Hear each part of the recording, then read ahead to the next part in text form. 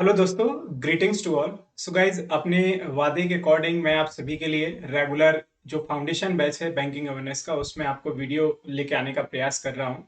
और उम्मीद करता हूँ कि आप भी इसको पूरी मेहनत के साथ, पूरी शिद्दत के साथ पढ़ रहे होंगे। ठीक है। सो अब ज़्यादा चिकनी और चुपड़ी ना बातें करते हुए सीधे मुद्दे पर आते हैं। तो आज का जो हमारा टॉपिक है, यानी कि मुद्दा है, वो है इंडियन बैंकिंग सिस्टम की जो भी हमारी हिस्ट्री, यानी कि हमारा जो इंडियन बैंकिंग था उसका पूरा जो हिस्टोरिकल बैकग्राउंड है उसके बारे में पढ़ने जाएंगे। ठीक है, कि फिरंगी बैंक कौन कौन से थे और स्वदेशी बैंक कौन कौन से थे। उसके बाद 1947 के बाद, यानी स्वतंत्रता के बाद, हमारे देश में किस तरीके से सुधार हुआ। ठीक है, तो पूरी चीजों को हम लोगों ने डिटेल में ये कवर करना है। ठीक है, सो चलिए सेशन की शुरुआत करते हैं।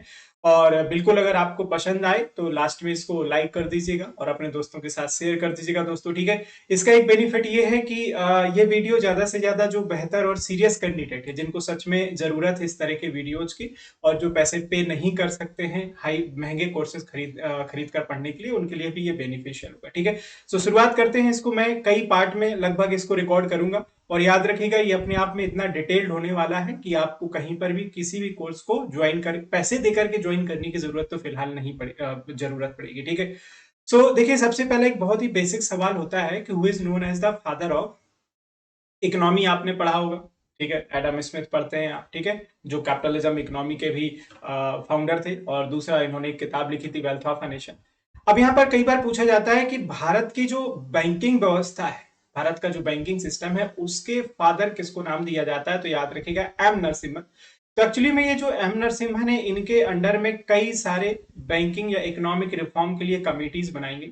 और दो कमेटीज बनती हैं दोस्तों, याद रखिएगा। एक सबसे पहली कमेटी इनके अंडर बनाई गई 1992 में, बहुत सारे सुधार लेकर के आए। और दूसरी कमेटी इनके अंडर में बनाई गई दोस्तों 1998 में। ठीक है, याद रखिएगा, मैं कभी कभी बैंकिंग पढ़ाते हुए थोड़ा सा डीप में भी चला जाऊंगा, बट ये मैं इतना थोड़ा सा इन डेप्थ नॉलेज में इसलिए आपको पढ़ा रहा हूं क्योंकि बहुत सारे ऐसे कैंडिडेट हैं जो आरबीआई ग्रेड बी वाले भी इन वीडियोस को देखते हैं, जो सेबी और नाबार्ड के लिए भी ग्रेड ए और ग्रेड बी की तैयारी करते हैं। ठीक है, तो उनके लिए भी ये बेनिफिशियल है, आप लोग भी बिल्कुल इसको फॉलो कर सकते हैं। तो जब हम लोग बैंकिंग रिफॉर्म पढ़ने जाएंगे तो एम निसंबिन के बारे में पूरा तरीके से पढ़ेंगे कि 1992 में जब ये पहली बार बनाई गई तो इन्होंने कौन कौन से सुधार रिकमेंड किए, कौन कौन से अप्लाई हुए, उसमें से कौन कौन से नहीं सरकार ने माने। और जब ये दूसरी कमेटी बनाई गई तो कौन कौन से इनके द्वारा सुझाव आए, और उसमें से कौन अभी तक अप्लाई हो चुके हैं, अभी चल रहे हैं इस समय, और कौन से रिजेक्ट कर दिए गए। ठीक है, तो अगर कभी भी ये सवाल आया आपका तो याद रखिएगा, भारतीय बैंकिंग व्यवस्था के जो पितामह माने जाते हैं वो कौन से आपके, दैट इज एम नरसिम्हा। ठीक है, अच्छा, अब हम लोग आगे बढ़ते हैं। अब देखिए दोस्तों, जब भी हम लोग बात करते हैं बैंक के बारे में, तो बैंक के बारे में आपने पढ़ा था कि बैंक क्या होता है। तो आपने पढ़ा था कि बैंक एक ऐसा ऑर्गेनाइजेशन होता है जो फाइनेंशियल इंटरमीडिएटरी के तौर पर काम करता है, एक मध्यस्थता के और मध्यस्थ ऑर्गेनाइजेशन के तौर पर काम करता है। किसके बीच में? क्रेडिटर और डेटर के बीच में। यानी कि जो क्रेडिटर है ये उससे पैसा एज अ डिपॉजिट लेता है। ठीक है, और दूसरी अगर हम लोग बात कर रहे थे कि जो बोरोवर है उसको ये लोन भी प्रोवाइड करता है। ठीक है, तो ये क्रेडिटर और डेटर के बीच में काम करता है। जो डिपॉजिटर से ये पैसा लेता है, क्रेडिटर से लेता है, उसको कुछ ब्याज दर देता है ना, उसको और भी बहुत सारी सर्विसेज देता है, जैसे investment facility, fund management facility, cheque facility, mobile banking, phone banking, ठीक है, इंटरनेट बैंकिंग, साथ में लॉकर फैसिलिटी, ये बहुत सारी उसको फैसिलिटी देना शुरू कर देता है। ठीक है, आज के समय में तो पेंशन और इंश्योरेंस प्रोग्राम भी, स्कीम भी बेचते हैं। और साथ में ये क्या करता है कि बोरोवर्स को यहाँ पर लोन प्रोवाइड कर देता है। तो एक ये बहुत ही सिंपल एक डायग्राम की मदद से आपको समझाने का प्रयास किया गया। ठीक है, मान लीजिए हमने बोला कि ये कोई एक ऑर्गेनाइजेशन है। ठीक है, यहाँ पर भी इंडिविजुअल है, तो ये क्या करेंगे कि अपना जो भी बचत का पैसा है यहाँ पर जमा करेंगे। ठीक है, ये डिपॉजिट करने जाएंगे, जो भी इनमें से पैसा बचेगा तो उनके डिपॉजिट पर क्लियर सी बात है कि इसको रिटर्न करना है, और ये यहाँ पर क्या करेंगे, हाउस लोन देंगे। ठीक है, तो देखो ये क्या होते हैं, टाइप्स ऑफ सिक्योरिटीज होती है। जैसे आप मॉर्गेज पढ़ते हो, दो तरीके से सिक्योरिटीज होती है, मूवेबल और इमूवेबल। तो ये जो मॉर्गेज है, जैसे हाउस है, तो इमूवेबल सिक्योरिटीज में आता है। ठीक है, जैसे आप इसकी बात करने जाए कार वगैरह, ठीक है, तो ये याद रखिएगा ये मूवेबल असेट्स में आता है। ठीक है, तो कार लोन दिया तो जिसपे कार लोन दिया होगा उससे रिटर्न में क्या मिलेगा, ईएमआई मिलेगा। ठीक है, बिजनेस लोन दिया तो ये भी ईएमआई भरेगा दोस्तों। ठीक है, तो इस तरीके से जो बैंक होती है, आप कह सकते हैं फाइनेंशियल इंटरमीडिएटरी के तौर पर काम करती है। ठीक है, ये पूरा हमने लोगों ने पूरा डिटेल में पढ़ लिया था। दूसरा हमने देखा था कि जो डिपॉजिट्स होते हैं बैंक के लिए वो क्या होते हैं, लायबिलिटीज, क्योंकि उसमें बैंक ने क्या करना है कि इंटरेस्ट देना है डिपॉजिटर को, ठीक है। और दूसरे जो लोन्स होते हैं दोस्तों वो क्या होते हैं, असेट्स। तो कई बार हम लोग पढ़ेंगे types of assets for the bank और types of liabilities for the bank, ठीक है। तो बहुत ही डिटेल डीप डिस्कशन का हमारा पार्ट रहेगा, उसको हम लोग बाद में कवर करने जाएंगे। तो आई होप कि ये समझ में आ गया दोस्तों कि एक होता है क्रेडिटर, जिसको आप सेवर भी कह सकते हो, ठीक है, क्रेडिटर भी आप कह सकते हो इसको, ठीक है, या फिर आप इसको डिपॉजिटर भी कह सकते हो। और दूसरा जो पर्सन होता है, दूसरी जो पार्टी होती है, इसको आप क्या बोलते हो, डेटर बोलते हो दोस्तों, ठीक है। इसको आपने क्या बोला होता है, डेटर बोला होता है, ठीक है। या फिर आप इसको क्या कह सकते हो, बोरोवर्स भी आपने नेम दे सकते हो, ठीक है। तो ये होते हैं दोस्तों जिनके पास फंड सरप्लस है, जिनके पास फंड बहुत अधिक मात्रा में होते हैं। और ये कौन होते हैं, सीकर्स ऑफ फंड होते हैं दोस्तों, ठीक है। तो इनको पैसे की जरूरत होती है, ठीक है, अपनी किसी जरूरत को पूरा करने के लिए या बिजनेस या प्रोजेक्ट शुरू करने के लिए दोस्तों, ठीक है। तो ये क्या करेंगे कि जो भी इन्होंने डिपॉजिट किया हुआ पैसा, FD, RD, saving account, current account, उस पर ये विड्रॉ भी करते रहेंगे और कुछ फीस वगैरह भी पे करते रहेंगे, ठीक है। ये ऐसा भी नहीं है, ये भी कुछ फीस और चार्जेस जरूर देंगे, जैसे एटीएम हो गया, चेकबुक हो गई, बहुत सारी net banking facility, SMS alert, तो ये भी फीस देंगे, ठीक है। लेकिन इन्होंने जो डिपॉजिट वगैरह किया है उस पर इनको इंटरेस्ट भी मिलेगा दोस्तों, ठीक है। और ये जो बैंक है होती है लोन देती है, उस पर इनको रीपेमेंट वगैरह में प्रॉफिट वगैरह मिलने जाएगा, ठीक है। तो ये याद रखिएगा, लोन पर रिकवरी मिलती है तो वो हमारा कैसा है, असेट्स है, और हमें डिपॉजिट पर पैसा देना पड़ता है तो हमारे लिए कैसा है दोस्तों, लायबिलिटीज है, ठीक है। तो ये अगर कभी पूछा गया कि ये जो फंक्शन होते हैं बैंक के क्या क्या होते हैं, मैं अपने आप को थोड़ा सा हाइड करता हूं सो दैट आई होप कि आप इसको ज्यादा प्रॉपर देख पाए। और देखिए, आपके लिए कंटेंट ही देखना सबसे ज्यादा इंपॉर्टेंट है, ठीक है। आई डजंट मीन कि मैं अपना प्रोफाइल ऑन रखता हूं या नहीं। तो यहाँ पर एक चीज बहुत क्लियर सी बात है कि जो प्राइमरी फंक्शन है, ये डिपॉजिट को एक्सेप्ट करेंगे, लोन्स और एडवांसेस वगैरह प्रोवाइड करेंगे, ठीक है। दोनों में अंतर होता है, there is a difference between the loans and advances. अगर आप जानते हैं तो कमेंट सेक्शन में बताइएगा, बट मैं यहाँ पर ज्यादा डिटेल में ले जाकर के आपको कंफ्यूजन में नहीं डालना पड़ता चाहता। So loans are different things and advances are the different things, both are not similar, लेकिन हाँ ये कह सकते हैं कि both are assets providing for the bank. तो दोनों में बैंक को प्रॉफिट ही होता है, ठीक है। फिर क्रेडिट क्रिएशन होता है। फिर इसमें अगर हम लोग बात करने जाए तो बैंक एक एजेंट के तौर पर भी आप कह सकते हैं काम करता है, ठीक है। ओवरड्राफ्ट फैसिलिटी भी देता है आपको, ठीक है। और डिस्काउंटिंग बिल ऑफ एक्सचेंज, यानी कि आपको इन्वेस्टमेंट फैसिलिटी वगैरह भी दे देगा, provider locker facility, issuer of cheque वगैरह भी देता है। ट्रेवलर चेक एक टाइप ऑफ चेक होती है जब खासतौर से आप विदेश में इस्तेमाल करते हैं। मान लीजिए आप किसी देश में सिंगापुर वगैरह में घूमने वगैरह गए, तो आपने क्या देखा, ये प्राइमरी और आप कह सकते हैं सेकेंडरी फंक्शन है, ठीक है। तो प्राइमरी जो मुख्य फंक्शन है ये पहले वाले है, ठीक है। और ये सेकेंडरी फंक्शन, अगर इंटरव्यू में कभी इस तरीके से पूछ लिया तो फंस मत जाइएगा, ठीक है। तो ट्रेवलर चेक एक इस तरह की चेक होती है, मान लीजिए कि भाई साहब आपने क्या किया कि सरकारी नौकरी ले ली, बहुत ही मेहनत करके पीओ वगैरह बन गए आप, है ना, बैंक में, और आपका मन किया या फिर आपके घर में से किसी ने प्रेशर डाला कि आप कहीं हमें घुमाने नहीं ले जाते, चलिए विदेश घूमने चलते हैं, ठीक है। तो आप निकल गए। अब मान लीजिए वहां पर आप कैश में पेमेंट नहीं करना चाहते, आप चेक में करना चाहते, तो क्या करते हैं कि जो ट्रेवलर कंपनियां होती हैं, आपको जिस देश में गए हुए हैं उस देश की करेंसी के वहां के बैंक अकाउंट की कुछ चेक दे देती हैं अमाउंट की। ऑलरेडी वो अमाउंट आपसे ले लिया गया होगा, तो आप वहां पर इंस्टीड ऑफ कैश आप चेक में पेमेंट कर सकते हैं। उसको हम लोग क्या बोलते हैं, ट्रेवलर चेक बोलते हैं, ठीक है। तो ये फॉरेन टूर के समय में काम आती है दोस्तों, ठीक है।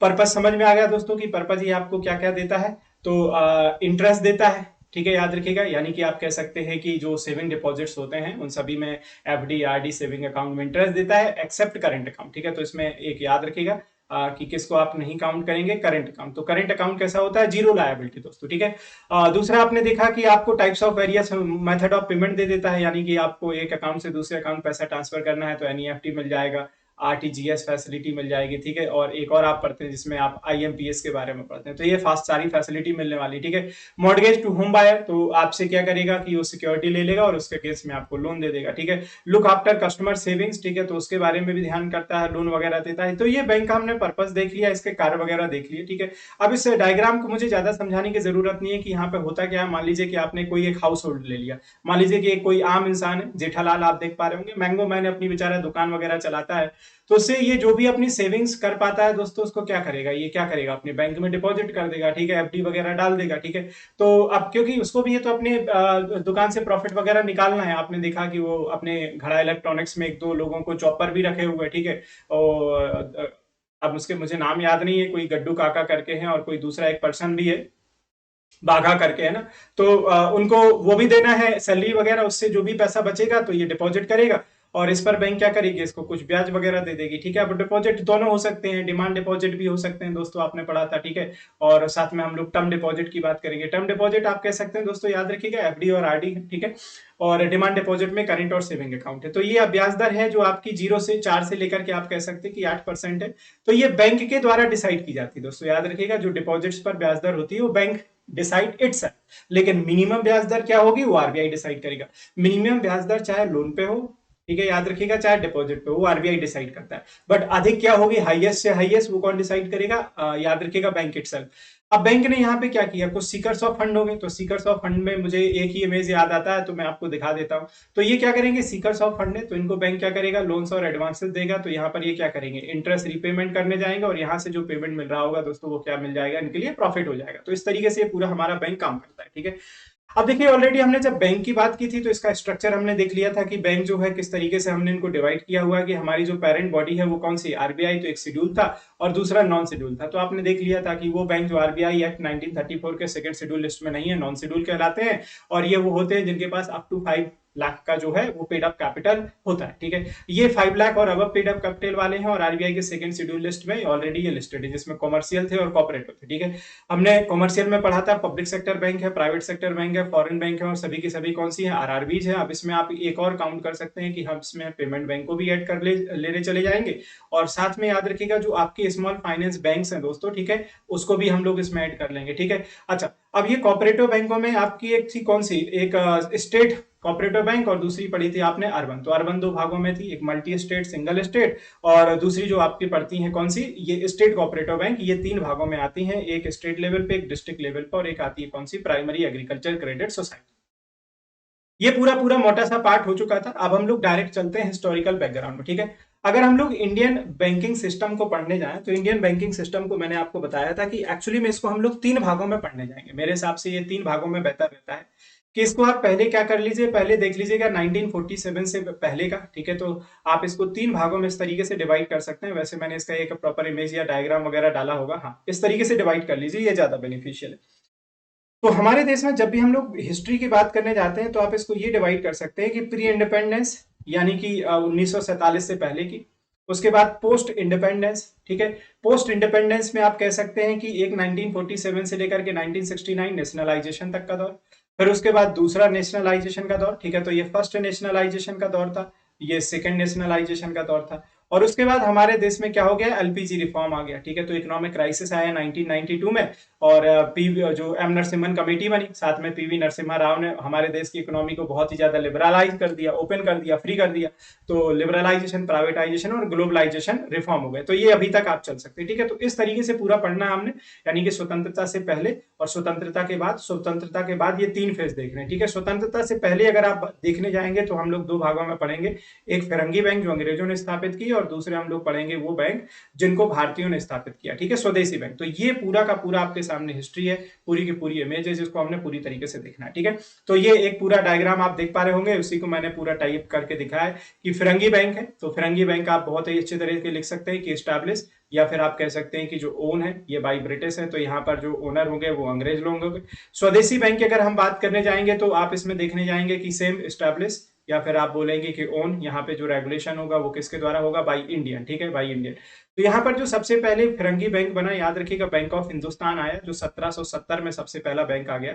और दूसरा सबसे पहला जो बैंक आया, याद रखिएगा, वो अपने आप में बहुत इंपॉर्टेंट रहता है, सेंट्रल बैंक ऑफ इंडिया। तो इसको हम लोग सबसे पहला स्वदेशी बैंक बोलते हैं, जो 1911 में शुरू हुआ, ठीक है। स्वतंत्रता के बाद हमारे देश में रिफॉर्म हुआ, और आपको मालूम है कि भारतीय बैंकों का नेशनलाइजेशन होना शुरू हो गया, 2 राउंड में हुआ। 1969 में आपने पढ़ा है कि 14 बैंकें नेशनलाइज हुई, और 1980 में जब हम लोग पढ़ते हैं तो 6 बैंकों का नेशनलाइजेशन हो गया, ठीक है। कोऑपरेटिव बैंक वाला एक्ट आ गया, रीजनल रूरल बैंक्स आ गई। उसके बाद आपको मालूम है कि रिफॉर्म हो गया 1991 में। तो ये पूरा हम लोग देखने जाएंगे। फिर उसके बाद पेमेंट बैंक और आपके स्मॉल फाइनेंस बैंक आ गए, ठीक है, यानी कि नचकेत मोर कमेटी और उषा थोराट कमेटी के बारे में पढ़ने वाले।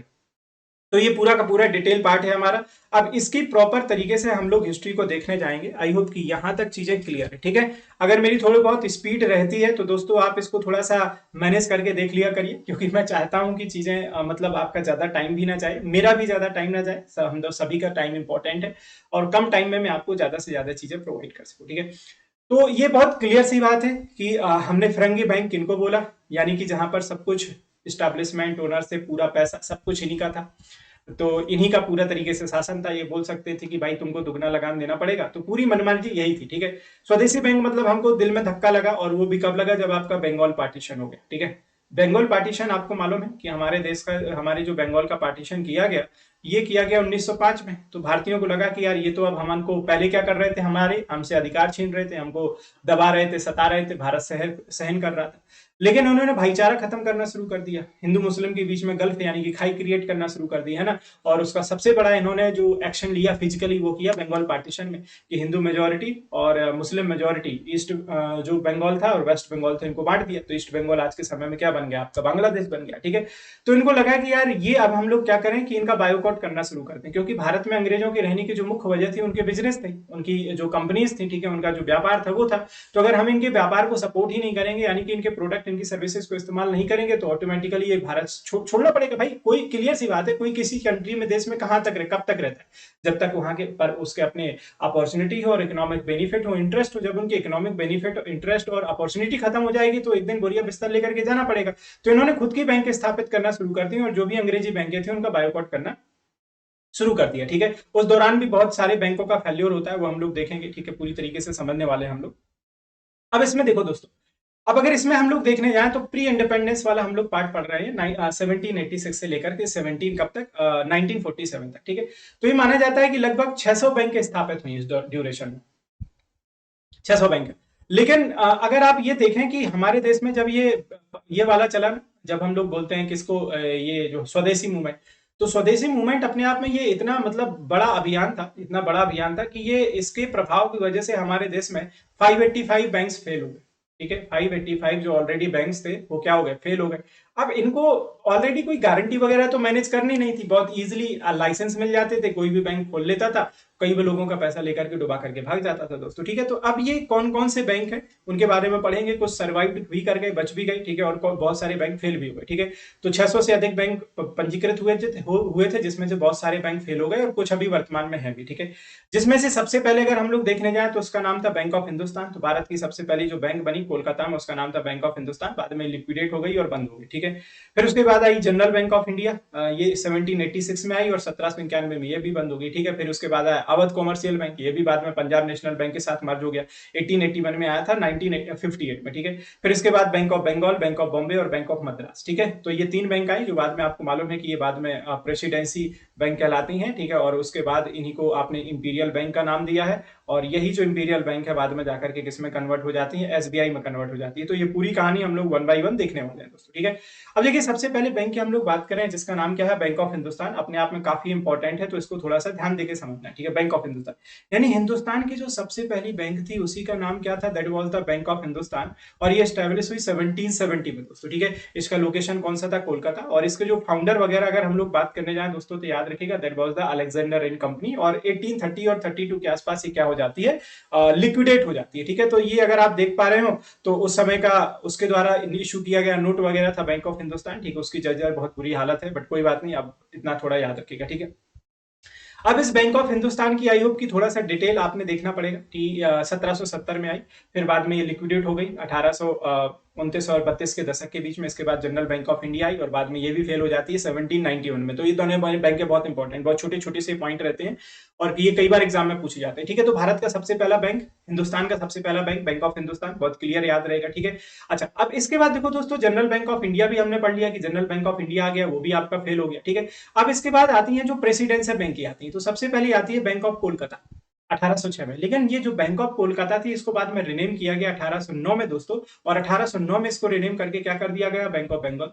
फिर एक बॉम्बे में आई, और फिर इसके बाद मद्रास में आई, क्योंकि ये जो 3 लोकेशन थी, अंग्रेज यहाँ पे मेन सेंटर बना के रूल कर रहे थे। सबसे पहले बंगाल, उसके बाद इन्होंने बॉम्बे को बनाया, उसके बाद मद्रास को बनाया। ठीक है, तो ये एरिया इनके लिए बहुत इंपॉर्टेंट थे। अगर आपने लैंड रेवेन्यू सिस्टम भी पढ़े हुए, परमानेंट, रैयतवारी, महलवारी, तो वो भी यहाँ से ही चलाए गए थे। ठीक है, अच्छा, तो ये याद रखिएगा कि ये जो तीनों थी, इनकी प्रमुख एडमिनिस्ट्रेटिव लोकेशन थी, और यहाँ पर ही इन्होंने अपने बैंक बनाना शुरू कर दिया, क्योंकि ट्रेड और रेवेन्यू सब कुछ यहीं से ऑपरेट होता था। तो ये ट्रेड यानी कि मैन इकोनॉमिक सेंटर होने की वजह से इनको प्रेसिडेंसी बोला जाता था, और यहाँ पर जो भी बैंक बनाई गई उन सभी को हम लोग क्या कहने लगे, प्रेसिडेंशियल बैंक्स बोलने लगे। ठीक है, तो बहुत इंपॉर्टेंट याद रखिएगा, एक पैटर्न आप कह सकते हो बीबीए, ये एक पैटर्न याद रखिएगा जिसको मैं पढ़ता हूँ, बंगाल, बॉम्बे, और कौन सा है याद रखिएगा, सॉरी, बीबीएम बोलते हैं, not BBA, that is a BBM, Bengal, Bombay और मद्रास। ठीक है, ईयर बहुत अच्छे से क्लियर होने चाहिए, बस वो 1806 और 1809 का पार्ट है, याद रखना।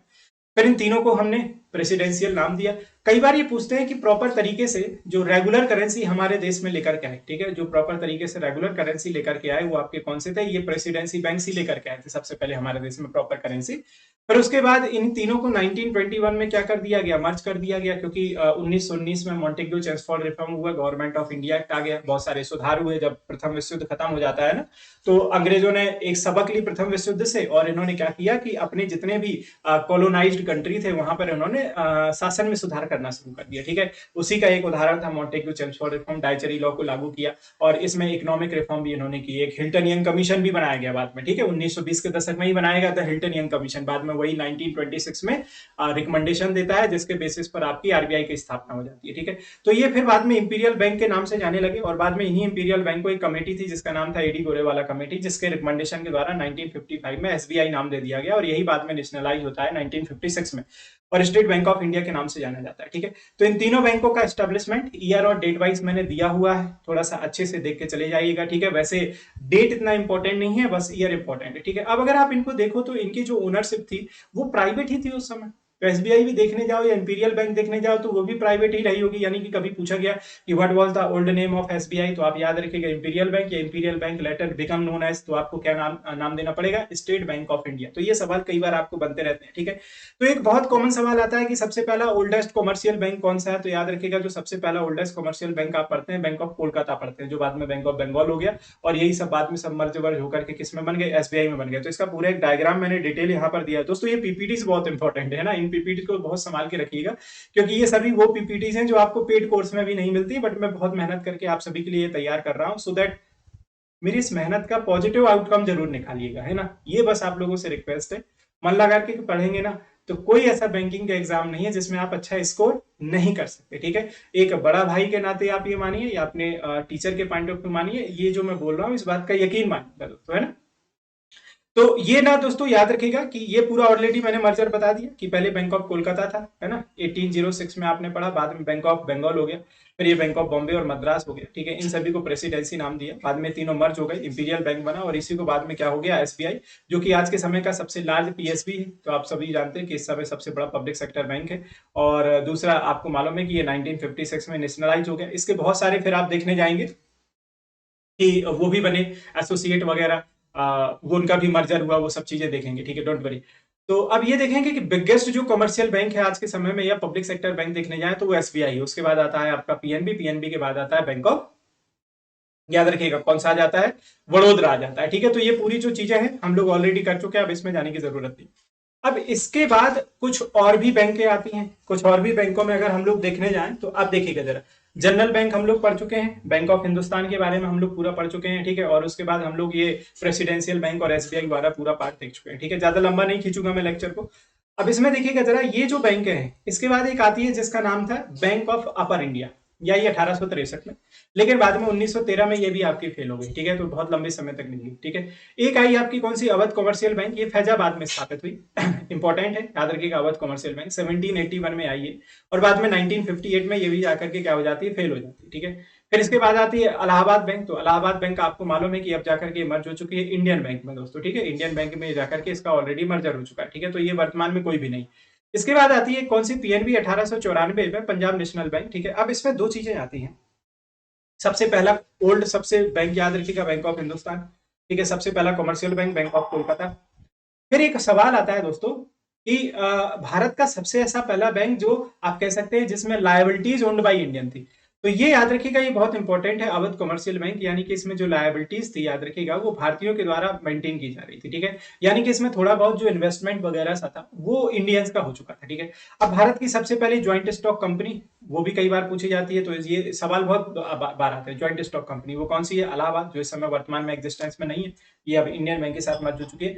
भारत की पहली ऐसी बैंक जो पूरी तरीके से इंडियंस के द्वारा मैनेज थी, यानी कि ओनरशिप भले ही आप कह सकते हैं ब्रिटिश थी, लेकिन पूरा का पूरा जो मैनेजमेंट था वो इंडियंस था, तो वो कौन सा? PNB, Punjab National bank. ठीक है, अब इनके बारे में मैं पूरा डिटेल में यहां पर देता हूं। सबसे पहले देखिएगा बैंक ऑफ अपर इंडिया। तो बैंक ऑफ अपर इंडिया जो स्थापित हुई दोस्तों, ये 1863 में हुई।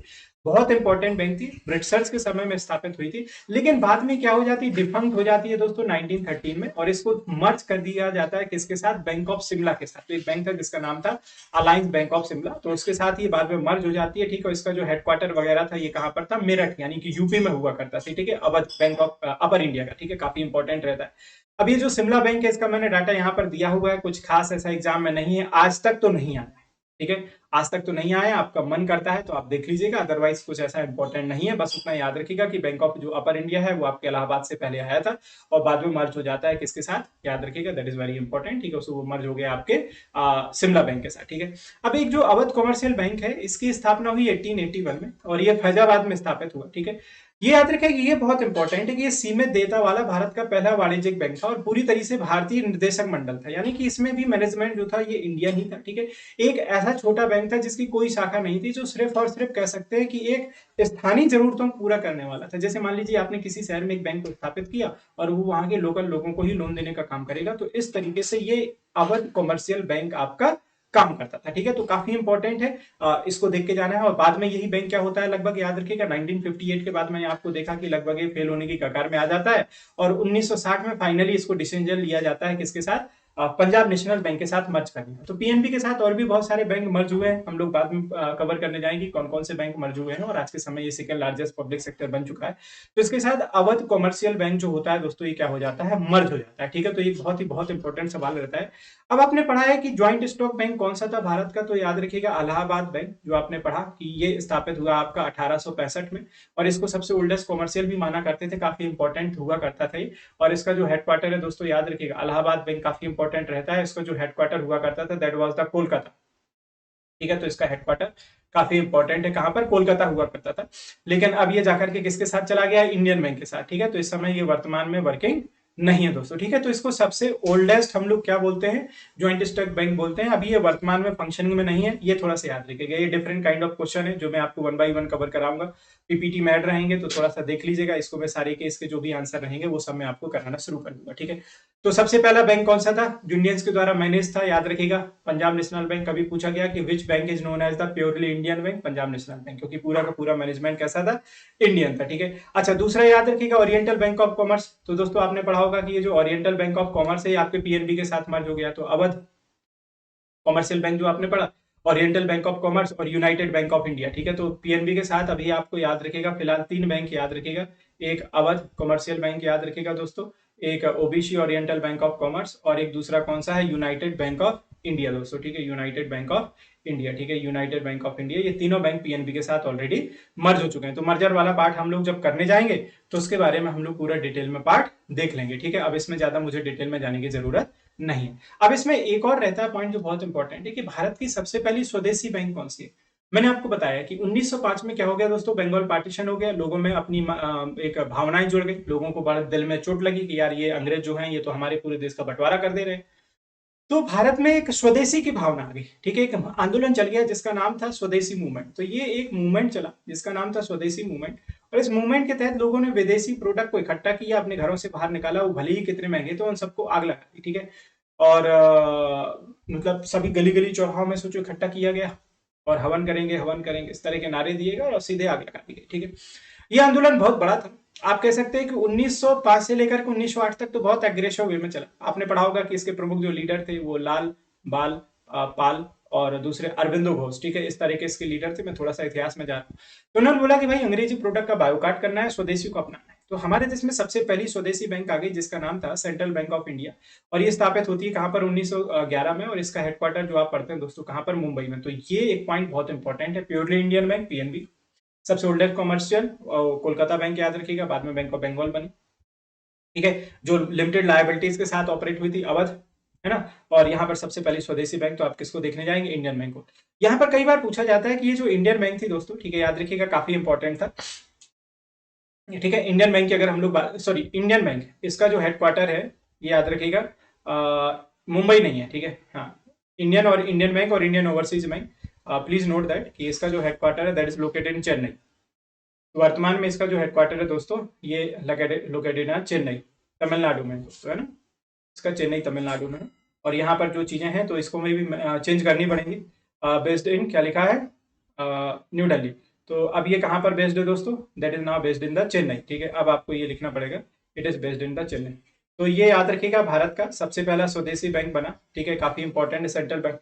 सेंट्रल बैंक ऑफ इंडिया की हम लोग बात कर रहे हैं, सेंट्रल बैंक ऑफ इंडिया। हाँ हाँ, तो इसमें कोई कंफ्यूजन ही नहीं है।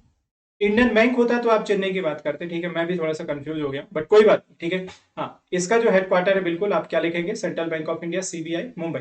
ज्यादातर बैंकों के एंड में जिसमें ऑफ इंडिया आता है मुंबई है, बस यूनाइटेड बैंक ऑफ इंडिया को छोड़ करके जिसका हेडक्वार्टर कोलकाता है। ठीक है, तो ये ज्यादातर आपको सिडबी का आपको मिल जाएगा लखनऊ में, उसका कोलकाता में। ठीक है, तो इसका जो हेडक्वार्टर आप पढ़ने जाएंगे दोस्तों, याद रखिएगा लोकेशन क्या याद रखनी है, दैट इज अ मुंबई दोस्तों। ठीक है, दैट इज अ मुंबई। तो इसके फाउंडर पूछे जाते हैं कौन से थे दोस्तों, याद रखिएगा सोराब जी, तो काफी इंपॉर्टेंट है। ये इसके सबसे पहले फाउंडर थे। स्वदेशी bank, central bank of India, पहली ओन्ड तरीके से बैंक थी। ठीक है, आपने देखा कि बहुत सारी बैंक इस समय क्या करती है, स्थापित होती हैं, लेकिन बाद में रन नहीं ऑपरेट हो पाती। इनके लिए लाइसेंस वगैरह बहुत आसान था, आप ब्रिटिश कंपनी लॉ के तहत इजीली लाइसेंस ले सकते थे। फिर बाद में हमको जरूरत पड़ी कि एक ऐसी बैंक बनानी चाहिए जो कि सभी बैंकों को रेगुलेट करे, और फिर बाद में आरबीआई का आना शुरू होता है। ठीक है, तो आरबीआई कैसे आया, उसका पूरा हिस्टोरिकल बैकग्राउंड क्या है, हम लोग वो बाद में कभी डिटेल में पढ़ेंगे। बट अब प्री इंडिपेंडेंस से पहले कौन कौन सी बैंक आ चुकी थी, तो उसको आप थोड़ा सा नजर डालिए। इलाहाबाद बैंक हो गई, पीएनबी बैंक हो गई, बैंक ऑफ इंडिया हो गया आपका, सेंट्रल बैंक ऑफ इंडिया हो गया। ठीक है, कैनरा बैंक हो गया, और दूसरा कैंसा हो गया, बैंक ऑफ बड़ौदा। ठीक है, तो आज के समय में ये बहुत सारी बैंक ऑलरेडी ऑपरेटेड है, उसमें इसमें ऑलरेडी मर्ज हो चुकी हैं, तो मर्जर वाला ऑलरेडी हम लोग पार्ट देखने चले जाएंगे दोस्तों। ठीक है, ऑलरेडी देखने वाला पार्ट देखने जाएंगे। ठीक है, अच्छा, कभी पूछा गया कि ये जो बैंकें थी इतनी सारी उस समय चल रही थी, कुछ मर्ज हो गई, कुछ आज के समय में इस समय वर्किंग नहीं है, तो उसके पीछे कारण क्या थे। तो सबसे बड़ा जो कारण था वो दोस्तों यह था कि बहुत सारे फ्रॉड होने लगे थे इन बैंकों में। बहुत सारे लोग क्या करते, फ्रॉड करने के लिए बैंक खोल लेते और पैसा लोगों को लेकर के भाग जाते। ठीक है, टेक्नोलॉजी का उतना अभाव नहीं था। ठीक है, और बहुत सारी गलतियां भी होती थी, टाइम कंज्यूमिंग भी थी बहुत सारी। ठीक है, और सर्विस जो फैसिलिटी थी वो भी प्रॉपर नहीं थी, मैनेजमेंट स्किल प्रॉपर नहीं था। इस वजह से बहुत सारी बैंक ऑलरेडी फेल होती है। और मैंने आपको वो एक कारण भी बताया कि 1905 से लेकर के 1908 के बीच में जब स्वदेशी मूवमेंट चल रहा था, तो हमारे देश में लगभग 585 बैंक फेल हुए। ठीक है, तो ये अपने आप में एक बहुत बड़ा उस समय का एक कह सकते हो कि एक चैलेंजिंग एक टास्क था दोस्तों। ठीक है, तो अभी हम लोग यहाँ पर कंक्लूड करते हैं। अब इसके बाद हम लोग पढ़ने जाएंगे कौन सा पार्ट, याद रखिएगा, Indian banking system after independence. ठीक है, उम्मीद करता हूँ दोस्तों ये सेशन अच्छा लगा होगा, मुझे कमेंट सेक्शन में जरूर बताइएगा कि जी हाँ। और जब आप लोग कमेंट करते हैं तो बिल्कुल अच्छा लगता है, मुझे लगता है कि हाँ सच में जो मैं मेहनत कर रहा हूँ उसका एक पॉजिटिव आउटकम मिल रहा है। ठीक है, डिस्क्रिप्शन में ऑलरेडी टेलीग्राम की लिंक मिली दी गई है, तो वहां से उसको ज्वाइन कर लीजिएगा। मिलता हूँ अपने नए इसी तरह के बेहतरीन वीडियो के साथ, तब तक दुआ में याद रखिएगा। Thank you so much.